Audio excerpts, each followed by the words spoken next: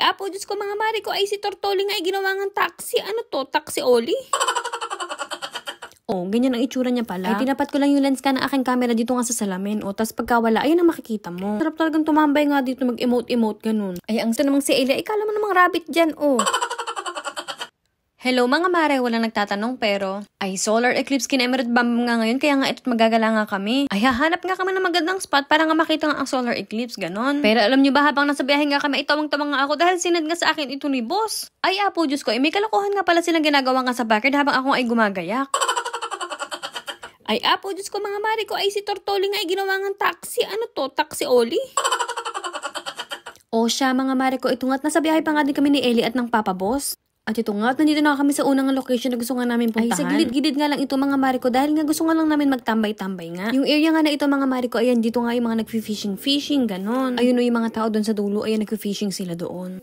At kami nga ni Ellie, ayan nga, sabi ko nga, mag-ikot-ikot na nga din kami. Hayaan ko na nga siya maglakad-lakad dyan. Alam niyo yung paboritong kapitbahay namin ni Ellie, ay binigyan niya ako ng ganyan nga salamin. Gagamitin nga daw yun para nga makita ang eclipse. Tapos ayun, ganyan ang itsura niya pala. Ay, tinapat ko lang yung lens ka ng aking camera dito nga sa salamin. Tapos pagkawala, ayun ang makikita mo. So dito sa lugar namin mga mare ko, hindi namin experience dito yung talagang magwa-blackout siya. Ganun lang talaga. Pero ang paningin ko talaga yung magwa-blackout sa mga taong mapanakit sa mga hayop. At ito nga mga mare ko, nag-aaya na nga si Ellie at pumunta na nga daw kami sa kanyang Papa Boss. Pollen season nga pala dito sa amin ngayon mga mare ko, kaya ang sasakyan nga ni Boss para bang may mga ali-alikabok nga na kulay dilaw dahil nga sa mga puno-puno, ganun. Kaya ayan, talagang for the pagpag nga ang person. Ay, napakapayapa nga dito mga mare ko, para bang kay sarap-sarap talagang tumambay nga dito, mag-emote-emote, ganun. Ay, ang sabi nga ni Boss mga mare ko, sana nga daw isinama nga namin ng tortculets. Ay, ang sabi ko nga ay naaaning na nga ba siya at kung kakasya ba sa sasakyan niya. Pero wag nga kayo mag-alala mga mare ko dahil darating din talaga yung araw na talagang kompleto nga kaming magpapamilya na talagang maggagala at isasama namin kayo. At ayan mga mare ko, patuloy pa nga din kami nagtambay-tambay dito at nagkulitan.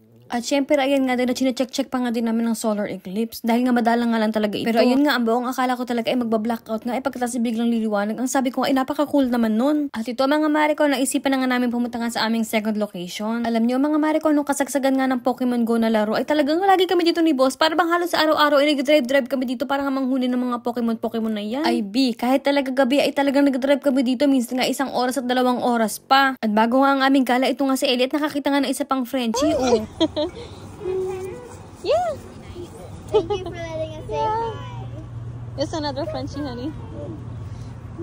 Alam niyo mga mare ko, talagang nag-jump-jump nga si Ellie. Hindi ko nga lang na-video at talagang gusto nga niyang makipaglaro. Pero ayun nga lang at ayaw nga makipaglaro ng Frenchie na nandito. Kaya naman ito nga mga mare ko at nag-start na nga din kami mag-walking na nga lang. At ito nga si Ellie ay para bang na-amaze nga sa fountain na ito ay talagang huminto pa nga din At feeling ko talaga mga mare ko si Ellie nga ay nagiging ma-chicks na nga din. Ay kita niyo mga mare ko ay talagang friendly nga din si Ellie Nakakatawa nga din yung aso na yan. Napaka-cute. Ang sabi nga nung may-ari ay 14 years old na nga daw yung aso na yan. Ay ang galing-galing. At ito sabi ko na nga sige na at maglakad-lakad na nga kami ulit. Alam niyo mga mare ko, sobrang ganda nga ng weather ngayon. At nakakatuwa din talaga maglakad-lakad nga kapag nakikita mo yung mga kagaganda nga mga bulaklak dyan. At ayan, si Ellie mga mare ko, hinahayaan ko nga na din talaga siya maglakad-lakad nga dyan, mag-amoy-amoy kung anong gusto niya. Mainam din kasi ito mga mare ko kung saan-saan din namin nadadala si Ellie. Alam mo yun, para hindi naman siya maboard sa mga lugar nga na pinupuntahan nga namin. At alam niyo yung bridge na yan mga mare ko, ay para bang nahahati yan sa gitna. Pagka may dumadaang barko ay nag-o-open siya, basta ganun. Ay wala lang, shinare ko lang dahil na-amaze din ako.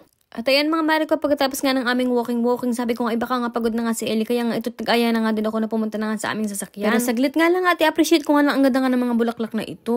Ay ang cutie patuti talaga, ang makukulay, nakakaaliw. Ay apo, Diyos ko mga mare ko, ito namang si Ellie, ikala mo namang rabbit dyan, Good job!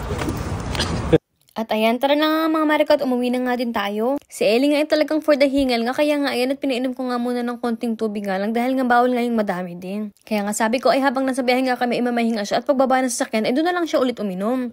Good job. Talagang napagod nga ata si Ellie kaya ayan ganyan nga lang siya dyan. Dahil malapit na nga din pala dito ang bahay nga ng mama nga ni Boss, sabi nga namin ay dumaan na nga din kami para nga makapag-hello na nga din kay Roscoe. At Bogs, ito nga mga mare ko at nandito na nga din kami. Good boy. Careful. At alam niyo mga mare ko, tuwing nagpapiano talaga si Boss dito, ay talagang may batang nakakatulog. Ay Bogs, mga mare ko, ayan, ganyan talaga palagi si Roscoe kapag ka nagpapiano si Boss, ay para bang pampaantok niya yan. At ito nga mga mare ko, nagpapaalam na nga din kami kay Roscoe at kami nga iuuwi na. At mukhang si Ellie nga mga mare ko ay talagang excited na nga umuwi dahil nga daw ay naantok na nga daw siya at gusto na nga din na mag-vroom-vroom. At kita nyo nga si Ellie mga mare ko, hindi na nga kinayanan ang pagod. Ay ayan, bumagsak na nga dyan nga sa aming garage. At yan lang muna for today's vlog. Thank you for watching and see you guys on our next one.